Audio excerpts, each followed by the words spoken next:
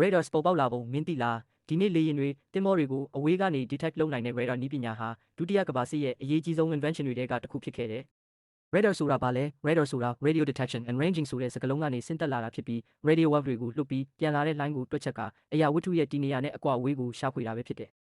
စတင်ပေါ်ပေါက်လာပုံ1930ခုနှစ်ဝန်းကျင်မှာလေကြောင်းတိုက်ခိုက်မှုအန္တရာယ်တွေများလာတာကြောင့်အင်္ဂလန်နိုင်ငံကသိပ္ပံပညာရှင်တွေဟာလေယာဉ်တွေကိုအဝေးကနေကြိုတင်သိနိုင်မဲ့နည်းလမ်းကိုရှာဖွေနေကြတယ်။အဲ့ဒီအချိန်မှာ Robert Watson ဆိုတဲ့သိပ္ပံပညာရှင်က radio wave တွေကိုအသုံးပြုပြီးလေယာဉ်တွေကို detect လုပ်နိုင်မယ်လို့စဉ်းစားခဲ့တယ်။ပထမဆုံး radar စမ်းသပ်မှု1935ခုနှစ် February 26ရက်နေ့မှာ Watson နဲ့သူ့ရဲ့ assistant Arnold Wilkins တို့က big radio transmitter ကိုအသုံးပြုပြီးပြန်တန်းနေတဲ့ bomber လေယာဉ်တစ်စီးကိုအောင်မြင်စွာ detect လုပ်နိုင်ခဲ့တယ်။